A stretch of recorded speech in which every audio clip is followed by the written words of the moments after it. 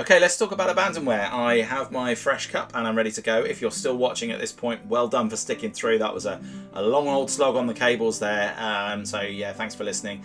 Hopefully you can just sort of find some useful bits in there if you're thinking about buying an old console, and hopefully get the usefulness that you need from that video. I'll try and get some bits and pieces into the description as well, but it's obviously doesn't really make sense to transcribe the entire video into the description. That seems madness. So I will try and give you just a summary of what connects to what, just so that you can kind of go and find that out if you want to refer back to it. So I was just going to talk to you about Abandonware. I'll keep this bit quite short. Ultimately, Abandonware is kind of how, if I'm completely honest, how I kind of got started back into the retro gaming scene. So I mentioned to you before that I've got a retro Pi. I've got a couple of retro Pis actually. So I have the Pi Cage, which is the little sort of mini arcade cabinet thing, which I've shown you in the past, and I plan to do a review, probably way off when, but I will. I just love that machine. It's fantastic. And I have a little retro Pi under the TV in a little sort of NES style case on there. So the question really then comes down to, how do I get hold of the games for RetroPie? Now, as I said before, I'm no legal expert here, so please don't take my advice as legally binding or as something that you would stand up in a court of law. It absolutely wouldn't. So what I'm telling you here is just kind of my opinion really on the Abandonware piece, and sort of perceived legalities and moral aspects of it. So I think, ultimately, is Abandonware legal? The easy answer to that question is no, not really. I think copyright laws will vary from country to country. So certainly in the UK, copyright extends to about 50 years. So there's very little in the gaming world at the moment that falls outside of that 50-year category. We'd have to be talking about some Fairchild games from probably the mid-70s, 1974 and back. So there really isn't much. Obviously, over the next 10 years, that's going to change a lot, because a lot of games will come into that 50-year bracket and they will fall out of copyright, and then obviously that is much easier. But we're still talking about games from the early 80s. So games from the 90s, it's going to be a long time before they are out of copyright. So what is Abandonware? Abandonware basically is, the idea of it is that a lot of the software houses that produce the software and a lot of the machines or consoles are no longer produced, and some of these games are difficult to continue to play. So the idea behind Abandonware is basically that they see it as being a kind of fair game, excusing the pun, but the idea being that you can play these games, the developers don't really care about them anymore, nobody's going to come after you for copyright, because ultimately you could argue that they're out of support, the hardware is out of support, and so you're just you're using them there for archival purposes only. And I think morally there there are some games on there that are impossible to find anywhere else, and so if you really want to go back and play some old things and you can't find those games anywhere else, then the Abandonware scene is a good place to look. And there are thousands and thousands of games in there. Some real some games that were AAA titles back in the day. I right at the beginning of this YouTube channel, I was playing Need for Speed 2, which was a game that I was massively into. It was a big franchise even by then, and that game is available on Abandonware, and obviously Electronic Arts is still around, but the feeling is that they don't really care about that anymore. If you go to sites like Abandonware or Abandonware, Abandonware in particular has a lot of games that you can play through the browser. So really, for the consumer, it's quite low risk, because you're not downloading anything, you're not distributing anything, you're just playing a game through a browser. So really, and again, don't take this as solid legal advice, but I think you can go and do that and feel relatively comfortable and playing those games on there. Some games are freely distributed, so if you go on things like the Oliver Twins website, you can actually go and play the Dizzy games on there for free. So there are games out there where they probably in copyright, but the developers themselves have allowed you to go and play those for free. So worth going and spotting those as well. One thing I would say is that if you can find a game on something like GOG or Steam, for instance. So when I was playing Theme Park the other week, I actually bought that game again you can usually pick them up for relatively cheap prices, you know, like £1 or £2 or $2 or $3, and you can play those. So I would implore you to go and find those games. Typically, if those games are for sale on one of those platforms, Abandonware will remove them from download and point you to the website to go and actually purchase them. So so basically, if a game is still making money, if it's still available for purchase, Abandonware will typically remove that, which is really good. So in terms of the moral side of it, so morally, again, it feels like a bit of a grey area, and obviously this is just my opinion.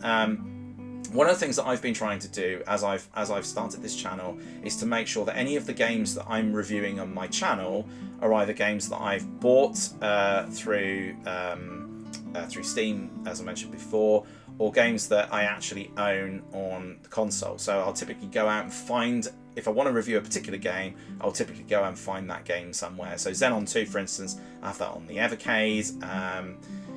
Riven, I actually found the discs in my loft the other day, and some of the other games I've just picked up from, you know, like the CEX or from other retro game distributors.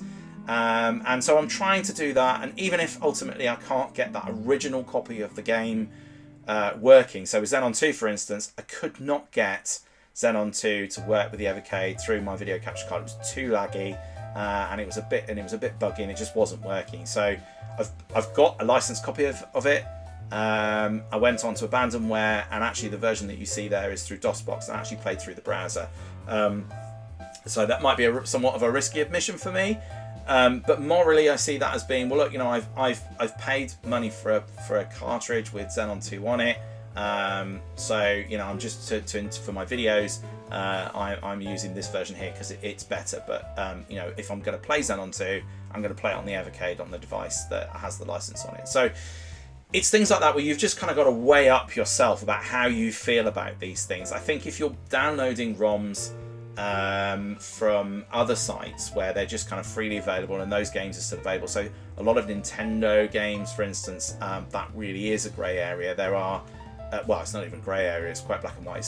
Nintendo don't want you to they don't consider any of their games to be abandonware, and in fact, you know, that they are still distributed. Even the original Super Mario Brothers, I've probably got about 7 copies of that distributed across various different platforms. You know, if I'm going to do a review of a game like that, what I'm going to do is probably fire up the Switch and go on to the you know, the little retro console thing on there on your online subscription and play them through that, because that's going to be the most sensible way of doing that. But you know, a lot of old PC games, a lot of old consoles, other consoles and things like that, you just won't find the games anywhere else now, or if you do, you know, they're just going to find them in CEX. The platforms aren't supported or largely not available anymore, and so, you know, you can go and have a look in there and have a go.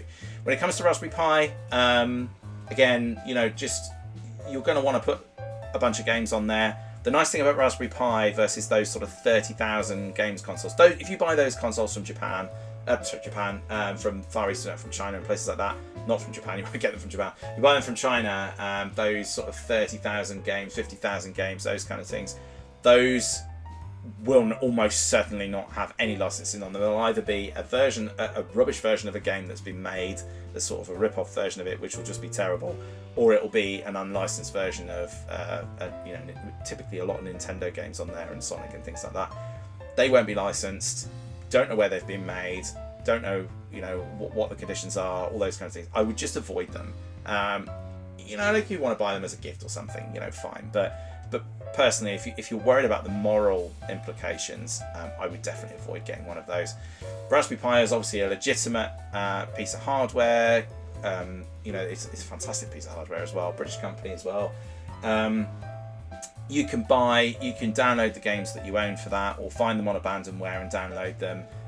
It's sort of a little bit less morally ambiguous, if you know, depending on how you feel about it. So that's what you can do. And obviously, then if you've got the Raspberry Pi, it means that you've got control over what games you want to install on there. Some of these ones with 30,000 games on, it's just like bewildering. There's so many games on there, you're just like, well, where do I even start with this? Whereas you might say, well, I've got some old carts knocking about and a few old PlayStation games knocking around that I want to put on there, and there's some Abandonware games that I feel comfortable downloading and popping on as ROMs. and that's fine. You might have 50, 60, 70 games on there that are your absolute die-hard favourite classics from the 90s or the early 2000s, so you can pop those on there. One thing you'll find with the Raspberry Pi is that some of the more modern consoles, so anything sort of PS2, Dreamcast has got reasonable support on Pi for Dreamcast. GameCube's not great at all. N64 weirdly is not great either. So you might struggle with some of those, and you might want to consider going out and actually getting an old console or picking up a Switch with some of those retro games already on it. And that's obviously very legitimate. So so that's it really for Abandonware. I mean, go and have a look. I will put some links in the page for you to go and have a look. It's a huge wealth of stuff, and in many ways I'm very pleased that it exists, because it is a way of making sure that all of these things are still around. You know, like it would be very easy for a lot of this software to disappear forever. And that would be a real shame, because there's some real classics in there. There's some absolute dross in there as well. It's absolute rubbish. But typically, that there's they are maintaining an archive of some of this really old software, which is brilliant. You know, I found Night Law on there when I did the review, that my very first review. I found Night Law on there, and I don't know where else I would have looked, to be perfectly honest. It's not any game that anybody's interested in anymore. The only way I would have found it is if I was lucky enough to go to a fair. I'd have had to have bought a Spectrum, I'd have had to work out how to get that connected up to the video capture card, and then I would have had to have been lucky enough to find a copy of Night Law, which would probably have been quite hard. So, you know, for games certainly of that age, you probably won't find them anywhere else. So this is probably the best, least morally ambiguous way of downloading some of that old stuff. So go and have a look, play through the browser a little bit, go and find some games, decide how you feel about it. It's really down to you. I don't think anybody's been prosecuted for downloading anything from Abandonware, but, like I said, I'm no legal expert. So, just make the decision for yourself. But that is Abandonware. So, in summary, is it legal? Not really. Is it morally okay to do it? That's up to you. I think it's okay for most things. Should you buy the games if they're available? Yeah, you should do. If the games are still available and the publishers and the developers are still selling it, then yeah, you probably should go buy it. But if they're not, I think it's fair game. That's my personal opinion. So hopefully that was helpful. Hopefully that and you made it through alive in my fascinating and thrilling ride through cable discovery. That's it for this session. Like I said, I'm not going to do these very often. Just if I've got enough things that I want to talk about, none of like a few random things that don't necessarily make a video in their own right, then I'm going to do that. As I mentioned, I'm going to try and get up to this place up in Scotland, this National Museum of Scotland, in the next few weeks, or next week in fact. Obviously going to be carrying on doing the game reviews as I always have been, and the LEGO reviews as I mentioned before. But I will be starting to review some newer games, so look out for that next one. It's probably going to be somewhat of a newer game. And I say new, we're still talking well over 20 years. And I'm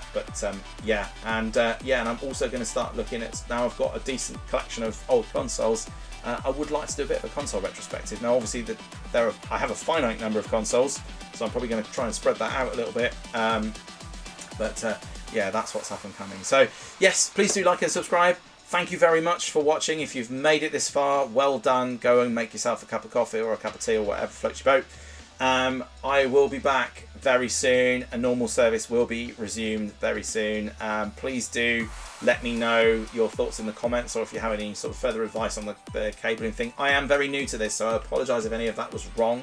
Or if there is a better option for some of those consoles to go, hey, hang on, that console supports this format and you didn't even talk about it. That's because I didn't know. So please just let me know if that is the case. That is it. So until the next time, thanks ever so much for watching. Like and subscribe, as I said about 3 times now. I do apologise. I will see you soon. Until then, take care. Bye for now.